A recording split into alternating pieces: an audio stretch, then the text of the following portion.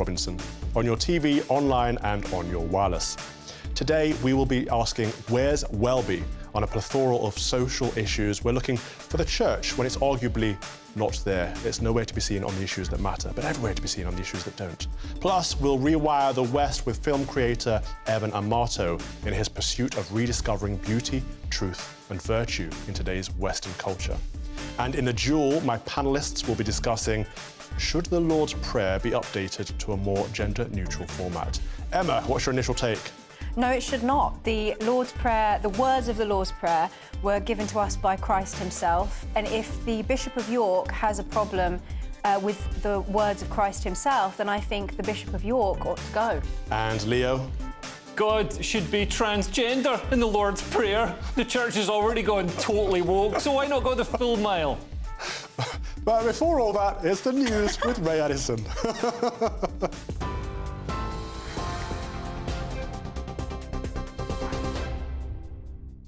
Here's the latest from the GB newsroom, and our top story this hour. Priti Patel is criticising the BBC over its response to claims that one of its well-known presenters paid a teenager for explicit pictures. The broadcaster says it's investigating after it was alleged that the man paid more than £35,000 for the images. The Sun newspaper says the young person was 17 years old, and the teen's family complained to BBC bosses in May. In a statement, the BBC said it takes any allegations very seriously and will act on any information that comes to light. The former Home Secretary described that response as derisory and is calling for a full and transparent investigation. The Prime Minister says Britain discourages the use of cluster munitions after the United States agreed to send them to Ukraine. President Biden says he stands by that decision, despite criticism from human rights groups. Rishi Sunak, who will meet Mr Biden in London on Monday ahead of the NATO summit, says Britain is supporting Kyiv in other ways. The UK is signatory to a convention which prohibits the production or use of cluster munitions and discourages their use. We will continue to do our part to support Ukraine against Russia's illegal and unprovoked invasion. We've done that by providing heavy battle tanks and most recently long-range weapons, and hopefully all countries can continue to support Ukraine. Demonstrators have been protesting against plans to house asylum seekers on a barge in Dorset. It follows reports that the Bibby Stockholm, which can accommodate 500 people, could arrive this week. Neither Stand Up to Racism Dorset or No to the Barge Group want it moored at Portland Port. It's part of the government's plan to reduce costs by moving migrants out of hotel rooms. Hundreds of French protesters have defied a ban to march through central Paris against police violence. The demonstration comes a week after riots triggered by the fatal shooting by a police officer of a teenager at a traffic stop. Police dispersed the peaceful crowd from Place de la République. France's Interior Minister says more than 3,000 people were arrested over 6 nights of riots. The wedding of George Osborne to his former aide has gone ahead, despite reports that he called police over an email circulated to guests.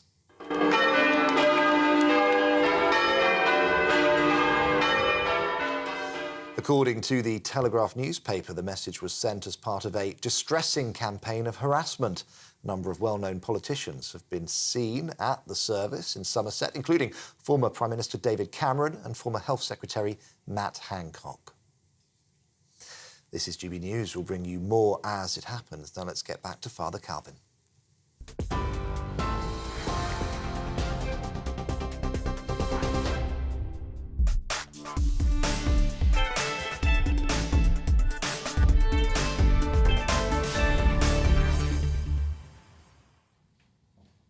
What does hate mean? The dictionary definition of hatred means an intense feeling of dislike. The so-called liberal left seem to define hate as anything and anyone that disagrees with them. Disagreeing with someone does not mean you hate them. Sometimes you might hate what they do, but a good Christian would always say, hate the sinner and love the sin. Why then does this message get so confused in the public square? I need to clarify that. It's hate the sin and love the sinner. Thank you, Emma, for looking at me there. GB News stands for many things. Independent journalism, putting facts first, respecting opinions and those expressing them, the right of every individual to form and share views, holding our leaders and society and ourselves accountable. We believe in bringing clarity to complex and contentious issues, celebrating the potential and achievements of the individual and communities in shaping their and our nation's future, and in being one team, innovating side by side to bring the best out in each other. Essentially, we believe in free speech and a free press. Our entire channel is set up around promoting diversity. True diversity, not the superficial kind, but diversity of thought and opinion. We're able to offer a different perspective because we provide a platform to voices which the mainstream media has been shouting down for so long. We hear the silent majority. Nowhere amongst those values does it say that we represent hate. Quite the opposite. But the hard left keep coming for us. Normally I shrug them off, and I certainly won't be naming them and giving them the time of day today. You know the silly campaigns that I'm talking about that are trying to shut us down. But the reason I wanted to address it today is because I'm tired of this false narrative that everything that goes against the approved narrative is to be considered hatred. Hate speech, hate crimes, hate, hate, hate. And what they're really saying is, think like us or we'll shut you down. Do as we do or we'll come for you. They're bullies. Well, I can't help but feeling there's a little projection going on when they accuse us of hating someone or something. It seems to me that they think we hate them because it's them who hates us. Where we see difference of opinion, they'd see dissent. Even when we're sharing the most loving, compassionate message, they see it as hate because we dare to step away from their narrative. As Lawrence Fox says, they are the very thing they accuse you of. Their ideas often don't stand up to scrutiny, so they don't want us questioning or challenging that approved narrative. They sneer at us and they look down their noses at our audience. Well, GB News is going nowhere anytime soon. And whilst we are here, we'll continue to shine a light on issues that matter to you, the ordinary Brit. Be damned with the hard left and their campaign to censor us. To paraphrase the words of President Trump, in the end, they're not coming after GB News, they're coming after you, and we're just standing in their way.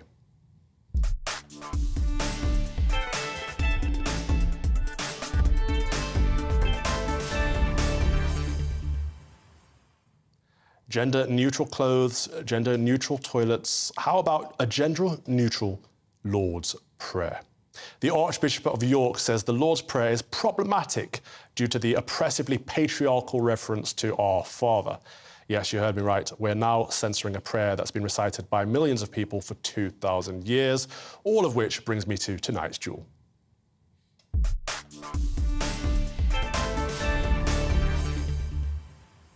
So joining me now are my duelists, UK Director of the Common Sense Society, Emma Webb, and comedian, our very own Leo Kearse. Emma, let's start with you. What's your take on this random nonsense from the Archbishop of Well, I think it shows the depth of rot within the Church of England, within the leadership of the Church of England, that they would think it appropriate to even suggest that the words of Christ himself are problematic. That's basically to suggest that Christ himself is problematic. And I think that is, for them, the problem. I think that, for them, Christ is the problem in Christianity. They've strayed so far from the gospel that that is going to be the ultimate stumbling block for them, because I really doubt that they believe. And frankly, my view is that, you know, if the Bishop of York thinks that the Lord's Prayer is problematic, and he said it's because some people have been abused by their fathers or because the patriarchy has oppressed women or anything like that, I think that if the Archbishop of York has a problem with this, he should go and work for some woke corporate. He needs to leave the church. If he thinks that Christ's words are the problem, then he should not be an archbishop, and he should be nowhere near the leadership of the Church of England. Do you think he's saying that Jesus got it wrong? All right, how else are you supposed to interpret that? He's suggesting that the words of Jesus Christ are problematic. That is to suggest that Christ is fallible. In old money, you'd call that blasphemy or heresy, wouldn't you? You probably would in old money, yes. Some of us would still use that term now. Leo? I think you both need to get with the programme. It's 2023. Everything is trans now. Have you not seen an ad break? Jesus or the Lord's Prayer, whatever, God's got to be, he's got to be trans. And I think it would fit in with the church. It's an organisation that's popular with men wearing big floaty dresses. Steady on. And also they invented transubstantiation. That's when a bit of bread identifies as the body of Christ, and some wine identifies as his blood. I mean, come on. We all know it's really just bread. Sorry if that offended you. Sorry if I misgendered your bread there. You did. And also, it would help the church get better ESG scores, and then they could get more investment from BlackRock and Vanguard and fix the church roof. I may be playing devil's advocate here. I'm going to leave your comments on transubstantiation for a minute because I want to hear your thoughts on the ESG. Do you think this is why the church is going woke? Do you think they're going after the ESG scores? Oh, I'm not sure the financial state of the church. I know they're registered as a charity, so they get certain breaks, and I've always understood that, you know, they own so much land, they've got money flowing in. But I mean, we know that actually going to church isn't as popular as it used to be, and that's bound to hit the bottom line. So I don't know. Are they looking for money? I don't know. I think they're trying to. We've seen through the centuries, you know, there's the King James Bible. You know, they sort of reinvent themselves. They've reformed themselves. We're not following the same version of Christianity that people were, you know, 1,000 years ago. So, you know, maybe this is an attempt to reinvent. But I think if there's one organisation that should be a little bit of a stick in the mud, it is the church. You don't want the church. You know, maybe, you know, Ben and Jerry's or the Labour Party can reinvent themselves and go around with, you know, the latest progress flag on roller skates and, you know, with sequin hot pants. But the church should maybe just, you know, stay the same. Like one sort of totem of recognisable, you know, stoicism and sameness throughout the ages. You filled my mind with visions of Justin Welby in sequined hot pants. Let's not do that. Leo made a very offensive joke there. At least it offended me. I took offence to his joke. I don't know if he... Snowflake. Well, this is the point. I don't know if you meant to cause offence or not. However, that's the difference between us and everyone else, right? That we're able to, as Christians, take a joke and see that I know that you're trying to cause laughter, aren't they? Usually trying to... Oh, yeah, I wouldn't try that at the mosque. You're usually trying to get laughter. That is... But some of our colleagues are being sued for making jokes. So this is how it's gone bizarre it's gone. Well, I mean, you know, Calvin, I'm a sort of free speech absolutist, so I think anybody, including the Bishop of York, should be free to say whatever they want to say. But I do reserve the right to say that his views are, I think, theologically deviant. And I was in a abbey church the other day, a cathedral church, very ancient church, and I don't even know where to begin in describing the way that they had transformed this church into a coffee shop with a gift shop, and they were playing music, and it felt like we were in some kind of sort of glamorised Costa Coffee rather than in an ancient church. And it was very much like, you know, Christ turned... Did you turn the tables, though? Well, exactly. No, did you turn the tables? I didn't. No, I didn't. Emma, you should have turned the tables. You sound like the dad in Flashdance. What would Christ do? Turn the tables. Plenty more to come tonight on my Common Sense Crusade, including Has Welby Gone Woke? But first, here's your weather. A brighter outlook with Boxed Solar. Proud sponsors of weather on GB News. Hello there, I'm Greg Dewhurst and welcome to your latest GB News weather forecast, where we continue to see some heavy showers, possible thunderstorms through the rest of the weekend, and still fairly warm and humid across the UK. Looking at the bigger picture, in this area of low pressure just sits to the west of us, allowing that warm air to come up from the near continent, developing those shower clouds and thunderstorms across the UK right through the rest of the weekend. And we still have thundery showers across the north and east this Saturday evening. Could be some local disruption. Some longer spells of rain for Scotland, northeast England for a time too into the early hours. But for many, it will become quieter. There'll be clear spells, but still fairly warm and humid tonight, particularly in the east, lows of 17 or 18 degrees, whilst the west will be a little fresher. Sunday morning, a bright start for many. Cloud and outbreaks of showery rain pushing into southeast England, and the rain across Scotland takes its time to clear here. And then it's a day of sunny spells and heavy showers once more. Showers most frequent across western parts of the UK. Some thunderstorms could lead to some local disruption, particularly parts of Northern Ireland into Wales, southwest England too. And temperatures overall a little lower compared to Saturday, highs around 25 or 26 Celsius. Into the evening time, thunderstorms continue to push their way northwards, but they will ease by the end of the day. And then overnight, we're looking at clear skies once more, and temperatures just dropping a little lower compared to recent nights, but still towns and cities 13 to 15 Celsius. So it means a bright start for many on Monday morning. Plenty of sunny spells, thicker cloud across the north of Scotland, and then all eyes to the west of this area. Low pressure starts to bring in more showery rain into western parts, affecting parts of Northern Ireland, Wales, the West Country at times too. Elsewhere, a mixture of sunny spells and scattered showers breaking through. Further showers are expected Tuesday and Wednesday. Temperatures a little fresher than they have been of late. A brighter outlook with Boxed Solar. Proud sponsors of weather on GB News. You're watching Calvin's Common Sense Crusade live on GB News. Still to come, we'll attempt to rewire the West. See you in a few minutes.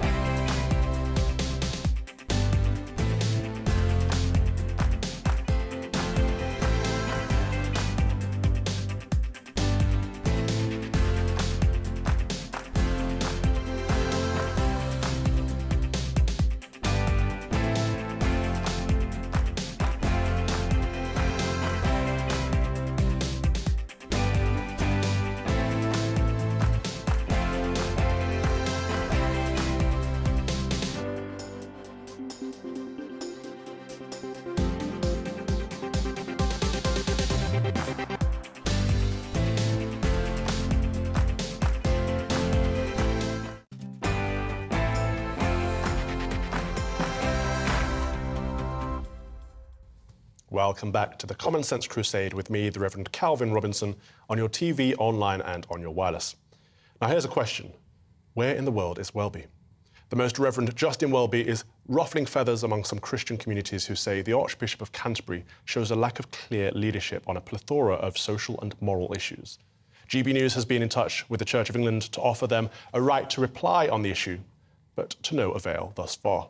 I am joined now by Ben Weller, editor and campaign leader of Where's Welby. Ben, thanks for joining us. What on earth is Where's Welby? Well, Where's Welby is a question, and it's a question we're asking, and it's a question that we want so many more people to be asking. The Archbishop of Canterbury is the head of the Church of England, and he has a moral duty over this nation. Yet we have seen the Church just give up on commenting about the liberalisation of sexuality, about free speech issues, and most importantly to me, about abortion, about what I believe you see as a genocide. And we are asking where he is on that, because he has not been clear. So what is the Where's Welby campaign doing? Well, the Where's Welby campaign, we try and run off satire. Our main thing we have is a poster. It's a poster inspired by the childhood cartoon Where's Wally? I'm sure all of you in the studio have seen it. And we have basically spoofed their double-page spread to talk about all the issues and the moral denigration in this country. In it, you are there, standing on a plinth of free speech with some faithful bishops looking up to you and watching you. But you can also find... I'm sure there are not many there, then. No, the rest of them around the back doing who knows what. And you can also see the Archbishop there, but obviously you've got to find him because it is Where's Welby? He's very small and he's hiding. It's interesting because he's everywhere when it comes to issues like Rwanda or political, partisan issues. But when it comes to these moral issues, he is nowhere to be seen. You're right. The General Synod is meeting this weekend. There is a video out there on social media. I'll try and play a clip of it in a moment. And the General Synod is the governing body of the Church of England. And we've got a clip of them saying what the Church's official stance on abortion is. Let's run this. The Church of England has a very clear view on that and had since the 80s. The Church of England stance is very clear. Well, I'm not clear about that at all. I think it's relatively clear. There is a variance of opinion and it's down to your individual conscience. Not very clear at all. Pretty clear. Not clear at all. For you, when is abortion acceptable and when is it not? Well, I suppose this is where the unclarity comes in. I think abortion is acceptable if the mother's mental health is at risk. I quite like the line that was used in America some years ago, actually, of saying that abortion should be safe, legal and rare. Each case would have to depend on its circumstances, and I would hate to be in those sort of circumstances. I mean, Ben, if the governing body of the Church doesn't know what the Church's official stance on this issue is, how are people in the pews supposed to know? This is typical Anglican fudge, is it not? Well, yes, it is. That's where we come in with Lambeth fudge. I love it. This is, of course, one of our products. You can get it from our website. So this is a gift to you. Oh, thank you very much, Ben. Because, of course, Lambeth Palace has made a great fudge of the issue on abortion. I mean, we're laughing, but it's seriously not a laughing matter because it's a moral issue that the country needs moral leadership on, and the Church of England is nowhere to be seen on these moral issues. What are you hoping for from your campaign as a result? Well, we'd love the Archbishop and the entire Church of England to be able to speak clearly on what they actually believe. The Church of England's official statement on abortion at the minute is that it is sometimes morally acceptable. Yeah. And to us, that's not enough. I see it as murder. The Church of England, in fact, does. In that exact statement, they say that human life starts at conception, and they also say it's sometimes morally acceptable. OK. The Bible clearly I'm going to bring my dualist in on this. Leo Kearse, the Church of England is pontificating about all kinds of political matters, but on these core moral issues, do you think it's negligent? Well, I think the Church, I mean, I understand the Church should actually have the sort of moral stance and reflect what's said in the Bible. Me personally, I believe that, you know, abortion should be available within sensible limits because, you know, as much as I think abortion is abhorrent and in no way an ideal outcome for anyone, for the mother, obviously for the fetus or anyone, I'm a pragmatist, and you can't ban abortion. You can only ban safe abortion. We saw, you know, when abortion was illegal, people had backstreet abortions, and I think it's actually it's more humane and safer and better for everybody if it's available. I mean, I think some of the you know, people urge for it to be pushed up to a higher age limit. And bear in mind, I've got some skin in the game. I've got a baby, so you know, I'm speaking from you know, somebody who loves you know, loves my child, and you know, I hate to think of it happening to other babies, but some people are going to do it. I think what we could do in this country to reduce the number of abortions is so many people can't have a baby because they don't own a house, they don't feel secure in their job and in their housing situation. So if we could just make housing more affordable by building more houses and maybe stopping the influx of hundreds of thousands of people every year that need to live in houses. OK, I mean, I love Leo, Emma, but that was a conflation of so many issues right there. I'm going to ask you the same question. Is the Church of England neglecting its moral duty? Massively, and I think so. You mentioned the Church of England are very quick to weigh in on divisive political issues, whether it's to do with race. We saw during Black Lives Matter, whether it's in heritage campaigns, you know, trying to get things removed. I think Welby made some very, I think, compromising statements at the time when they were trying to remove a Rustat from the Rustat Memorial from one of the Cambridge colleges. I think that they've weighed in on, you mentioned Rwanda, immigration only a few days ago. So they do weigh in on political issues. But when it comes to articulating morally and ethically educated, robust positions, even if they were to articulate the disagreements within the church in an intelligent way, that would be one thing. But they just stay out of those, you know, those topics where Christian teaching has something to say.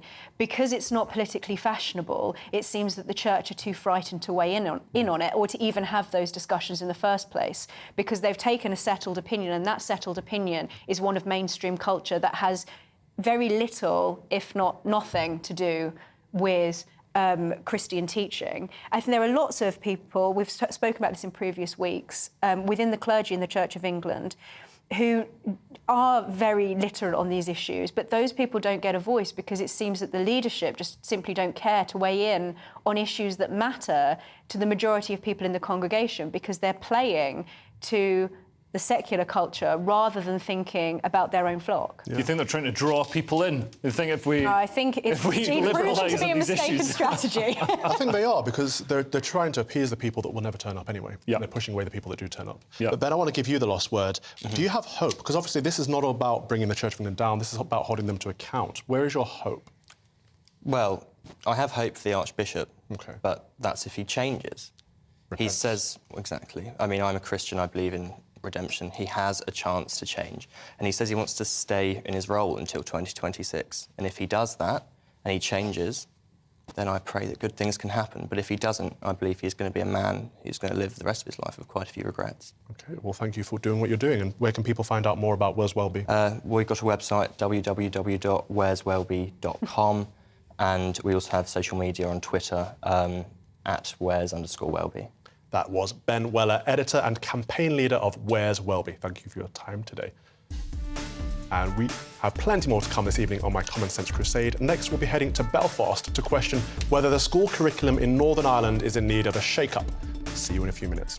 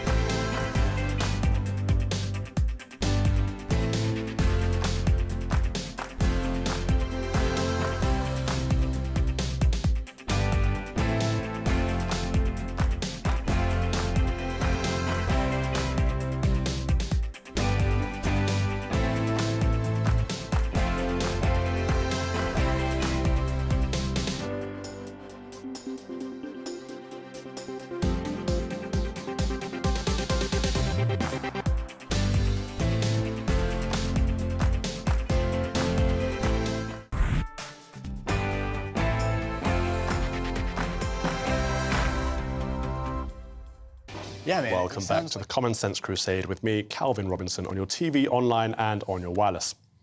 A Welsh Conservative MP has quit his job in order to vote with his conscience against the government's new regulations on sex ed in Northern Ireland. Robin Miller, a parliamentary private secretary to Welsh Secretary David Davies, was one of 20 Tory MPs that voted against the regulations. The Northern Irish law would see pupils past primary school taught about access to abortion services and prevention of early pregnancy. It begs the question, does the education policy in Northern Ireland need a shake-up?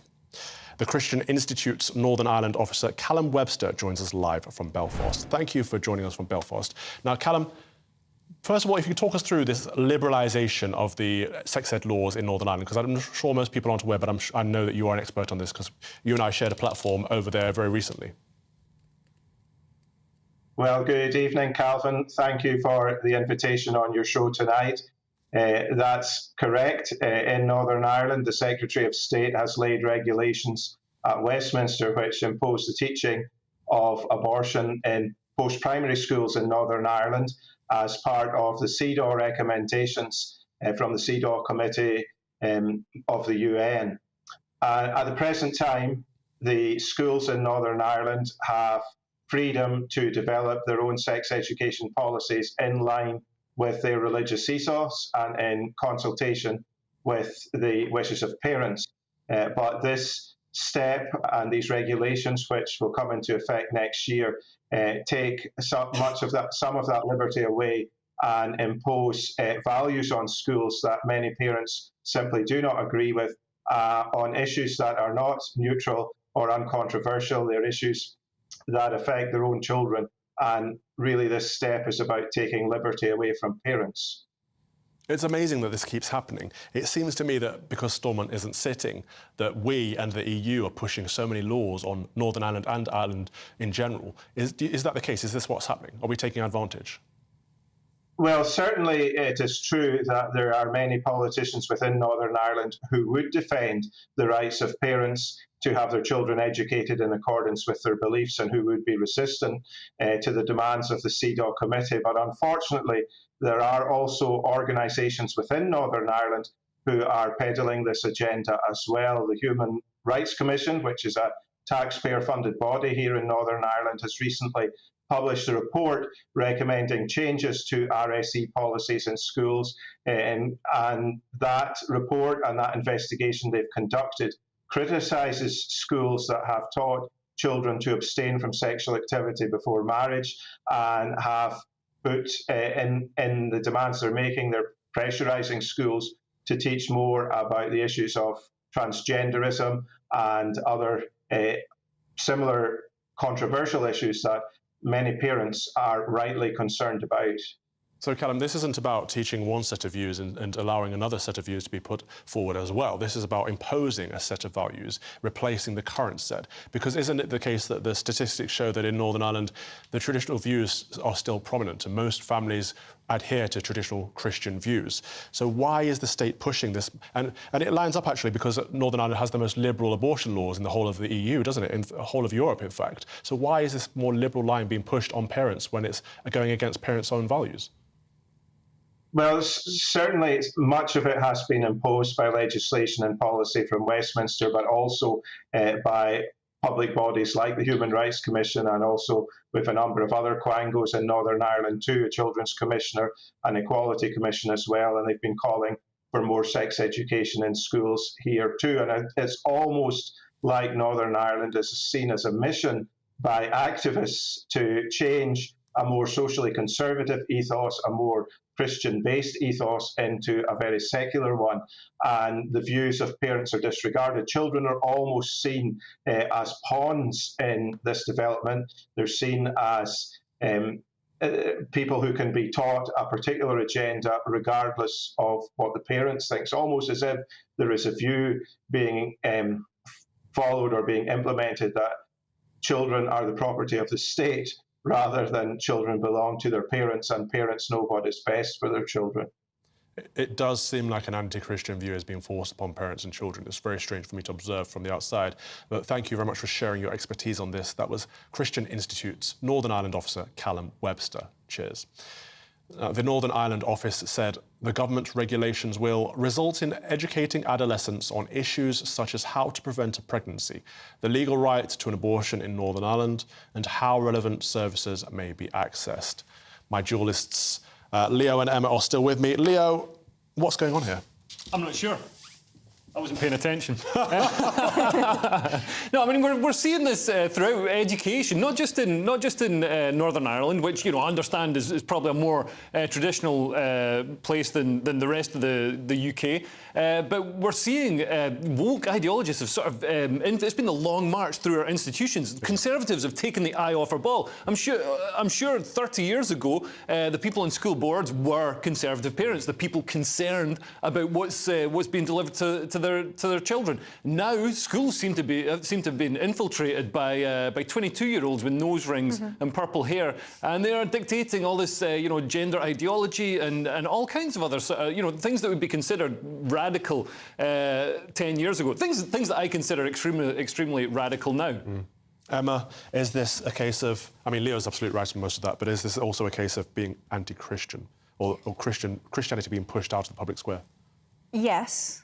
And I also think There's an asterisk there. I think that we're also seeing parental rights being eschewed across the board. And so I think it has a lot to do with that. I do think that, so these issues surrounding sex education, gender ideology, as your guest was saying, they're contested ideas. They are absolutely not neutral. There has been no sort of consensus in the public debate about these things. And in particular, in the case of Northern Ireland, this is very clearly imposing a particular line on children, probably against the wishes of their parents, without proper consultation, without a care in the world for what the parents think. And most importantly, that would be one thing if it wasn't for the fact that there's also no opt-out, which is what we've also seen here in the UK as well. Yeah. Parents not being able to take their child out of lessons where contested ideas are being taught, and not just contested ideas being taught in an objective sense, but contested ideas being enforced. And we've seen a lot of that in recent weeks, particularly with gender ideology. Yeah, parents aren't even informed. I mean, it's terrible. The standard operating procedure now seems to be if a child wants to socially transition at school, instead of telling the parents, because obviously they'd want to know. This could be indicative of mental health condition or unhappiness or there's a whole raft of issues there, and they don't inform the parents. We're seeing this gradual move. The state and state institutions are becoming the guardians and the custodians of the children rather than parents. I think that is a safeguarding issue because you're giving far too much power to institutions and to teachers over the parents, and the parents are the people who will love those children the most. Absolutely, you are both spot on this. It's very concerning. Now, before we take a final break, let's have a look at what you guys have had to say about today's topics. Tina says, I'm afraid I find the Where's Welby group terribly outdated. We live in a diverse society, and if anything, our Archbishop is merely moving with the times and welcoming everyone from all backgrounds into the church. Everyone has always been welcome into the church, Tina. That's the point. The church says that we are all sinners, therefore we're all welcome to join the church. However, we're not to be affirmed in our sins. We're to repent and find Christ. That's the point of the church, which you seem to be missing. George says, how can you update a universal prayer which has been recited for 2,000 years because the word Father?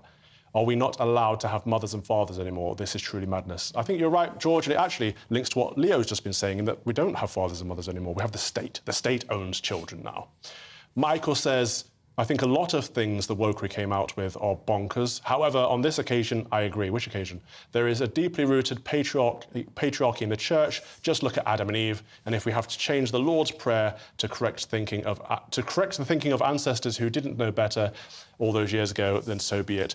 Our ancestors didn't write the Lord's Prayer. Jesus Christ himself told us the Lord's Prayer. Jesus Christ is God. Therefore, if we're going to be arrogant enough to say we need to correct the thinking of God, then we're making gods of ourselves. And the patriarchy is not a bad thing. The patriarchy is a good thing. God is the ultimate patriarch, our father figure. Look at the oil rigs. Imagine a feminarchy building oil rigs. I mean, you'd be fine with crochet, but come on, there's some stuff you need a patriarchy for. Thank you all for your thoughts.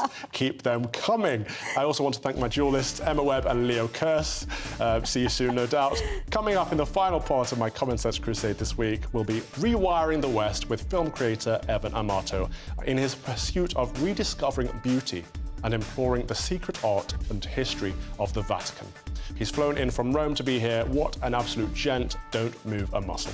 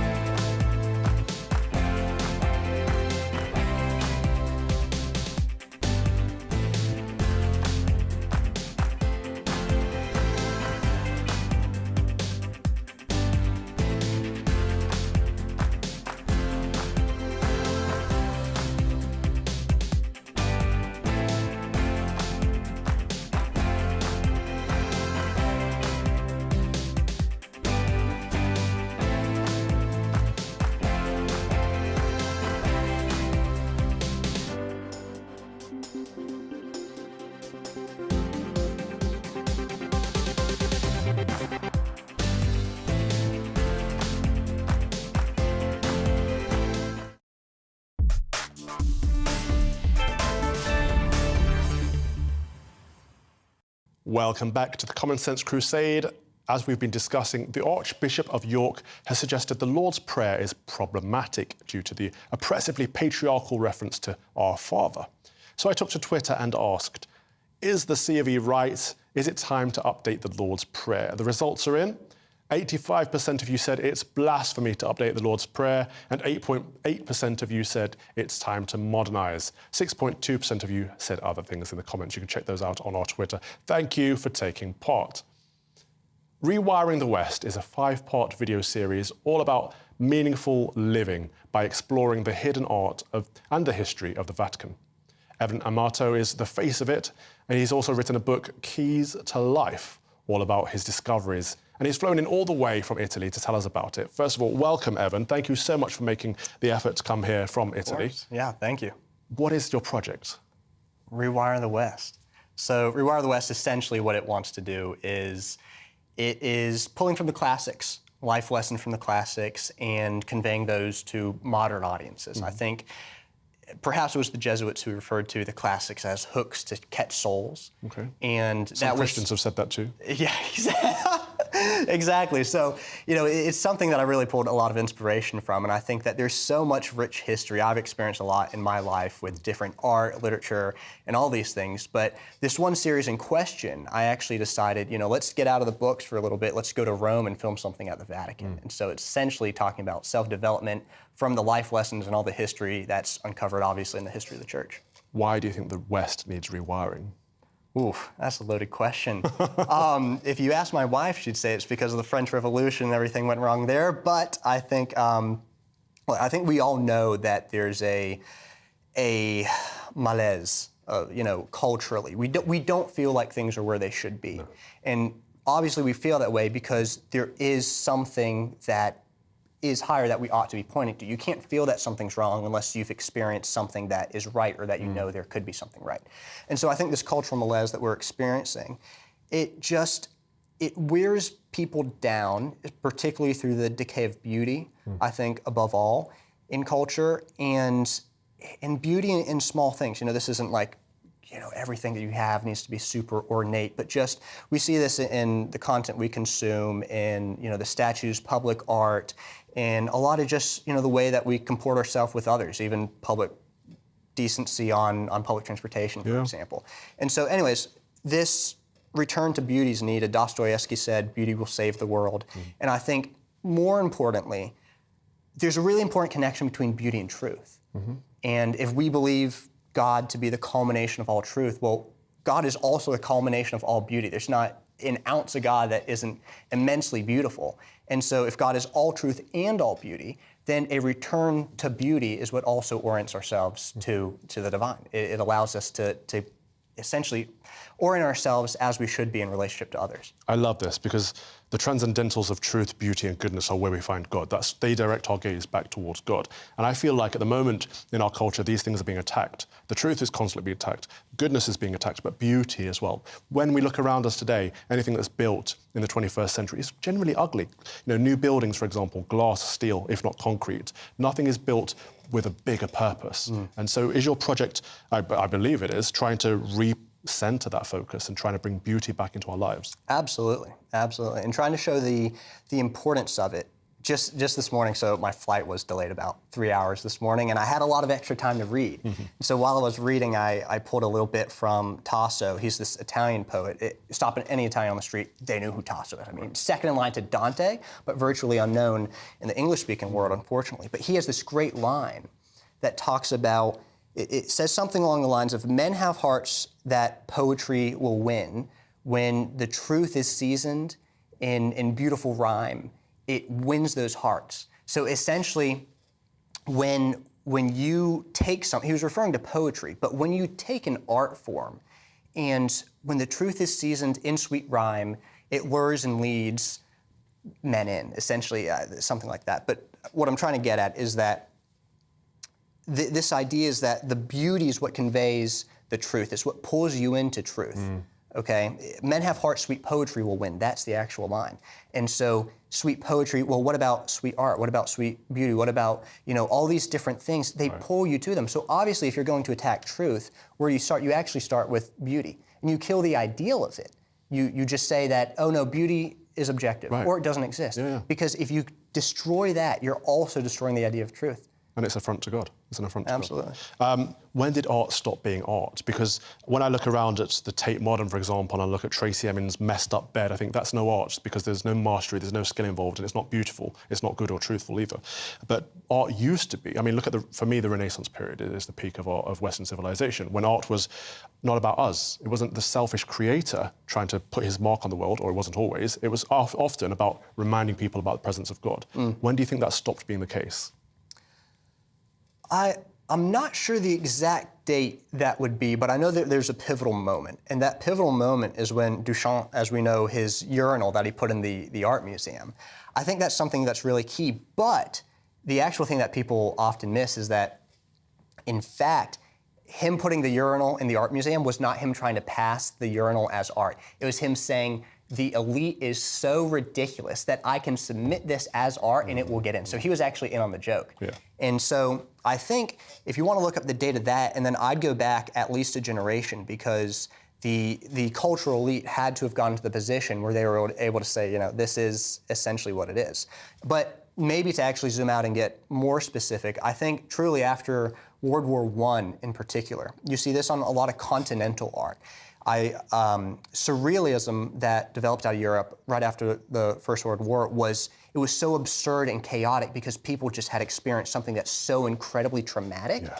And so I think it was a people, if you want to look at it gracefully, I think it's a people really trying to come to terms with this is senseless destruction, and how do we handle that? And so part of what perhaps the generation that grew up in the aftermath of that, what they said is that beauty doesn't exist. It's just the world is too terrible that this ideal can actually exist, and stuff stem from that.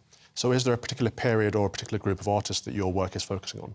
No, I love to pull from the rich cultural tradition that we have in Western culture. When I first started this project, one of my friends' mom said, "What about the East?" I said, the East has many beautiful things, but you know, the West, we have such an incredible cultural inheritance of music, of art, of literature. There's so much to pull from. Dante, Shakespeare, you know, Chaucer, all these people. Not obviously Bach, Beethoven, Mozart. You could go on for days, and there's so much to explore. And I think really, at least in my education, I don't know how yours was, but I never truly got the experience to be able to interact with those things, but those have been the things that have most saved my life. Like when I'm most overwhelmed with the craziness of the world, what do? I turn to beauty, and it's such a respite from all that chaos. Absolutely. So where can people find your video product? YouTube at Rewire the West is the name of the channel, and then there's also rewirethewest.com, on Twitter at Rewire the West. Anywhere you want to look. Absolutely. We're showing some clips for our viewers at home right now. It is a beautiful project. I highly recommend this.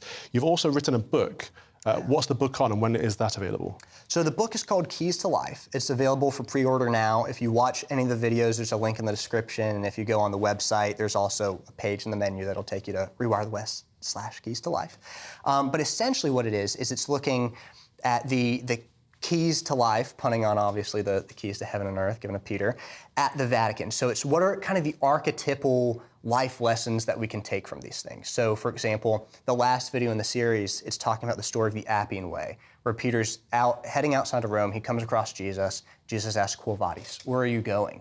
And Peter's like, oh, you know, I'm kind of getting out of Rome because, you know, I don't want to get all this stuff going on. It was crazy at the time. And Jesus said, all right, well, I'm on my way to Rome to be crucified. And so what does Peter do? Well, he has to turn back. So I essentially take this archetype, you know, in one of these chapters and expand on that and say, how is this something that we can learn in our life? Like, how can taking up your cross metaphorically in that way, in whatever struggle, whatever difficulty that you have, actually give you a life of meaning by turning around, heading into Rome, you know, going after the things that are most likely to cause you to suffer and struggle, but how the most meaning is found there, absolutely. That was profound. I want everyone to look up your stuff online. That was the author and founder of Rewire the West. Evan, thank you very much for coming. Thank you so much. Now, each week on the show, we like to end with our closing prayer, and this week we'll hear the collect for the 5th Sunday after Trinity, read by Izzy from LVS Ascot School.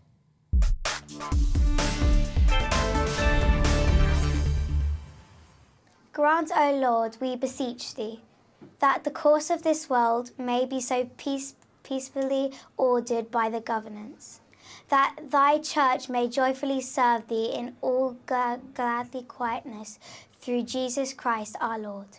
Amen. You've been watching Calvin's Common Sense Crusade with me, Calvin Robinson. The Saturday 5 are up next. God bless you. Have a good one. Take care. That warm feeling inside. From Boxed Boilers, proud sponsors of weather on GB News. Hello there, I'm Greg Dewhurst and welcome to your latest GB News weather forecast, where we continue to see some heavy showers, possible thunderstorms through the rest of the weekend, and still fairly warm and humid across the UK. Looking at the bigger picture, in this area of low pressure just sits to the west of us, allowing that warm air to come up from the near continent, developing those shower clouds and thunderstorms across the UK right through the rest of the weekend. And we still have thundery showers across the north and the east this Saturday evening. Could be some local disruption. Some longer spells of rain for Scotland, northeast England for a time too into the early hours. But for many, it will become quieter. There'll be clear spells, but still fairly warm and humid tonight, particularly in the east, lows of 17 or 18 degrees, whilst the west will be a little fresher. Sunday morning, a bright start for many. Cloud and outbreaks of showery rain pushing into southeast England, and the rain across Scotland takes its time to clear here. And then it's a day of sunny spells and heavy showers once more. Showers most frequent across western parts of the UK. Some thunderstorms could lead to some local disruption, particularly parts of Northern Ireland into Wales, southwest England too. And temperatures overall a little lower compared to Saturday, highs around 25 or 26 Celsius. Into the evening time, thunderstorms continue to push their way northwards, but they will ease by the end of the day. And then overnight, we're looking at clear skies once more, and temperatures just dropping a little lower compared to recent nights, but still towns and cities 13 to 15 Celsius. So it means a bright start for many on Monday morning. Plenty of sunny spells, thicker cloud across the north of Scotland, and then all eyes to the west of this area. Low pressure starts to bring in more showery rain into western parts, affecting parts of Northern Ireland, Wales, the West Country at times too. Elsewhere, a mixture of sunny spells and scattered showers breaking through. Further showers are expected Tuesday and Wednesday. Temperatures a little fresher than they have been of late. That warm feeling inside. From Boxed Boilers, proud sponsors of weather on GB.